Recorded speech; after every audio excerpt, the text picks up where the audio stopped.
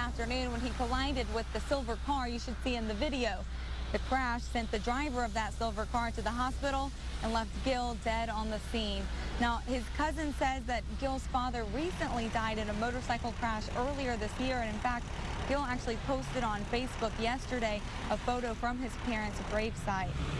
My cousin was a good man and a good father and a loving friend. I always looked up to him as an older brother to me because he was always there for me and his brothers. And he was kind of like a role model to me and his other brother. State troopers are still trying to figure out what exactly caused the crash.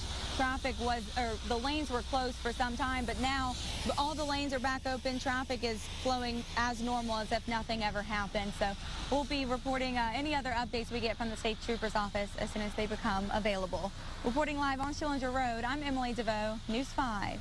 Thank you very much, Emily. Now, breaking news out of Northwest Florida. A police standoff in Pensacola has just ended in the past half hour. It's an update to a story we brought you live on Facebook. A man with a gun had barricaded himself inside the Crestview at Cordova Apartments off Creighton Road near 9th Avenue and I-10. News 5's Haley Minogue just watched as police used tear gas. Haley, what can you tell us? Devin, we first watched with residents of this apartment complex, then listened as police first tried to make contact with that man, and then listened as they entered his apartment.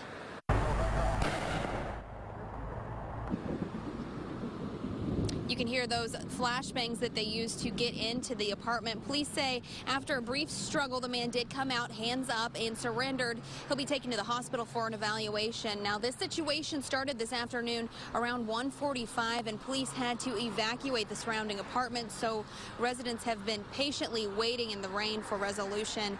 Pensacola police also asked residents who were not on the property to stay away. The apartments are off busy Creighton Road, so traffic was very thick during this time when the police were in the apartment and trying to get this man to first come out. They wouldn't tell us much about him. They don't know that information right now, like his age or his name or anything like that. All they would say is that they got a call from one of his family members who said that he had threatened to harm himself with a gun, and that's when they showed up here to help him out and get him out of that apartment. For now, live in Pensacola, I'm Haley Minogue, News 5. All right, thanks, Haley. Now a News 5 update. After weeks of waiting, a Gulf Coast town today welcomed back its police chief.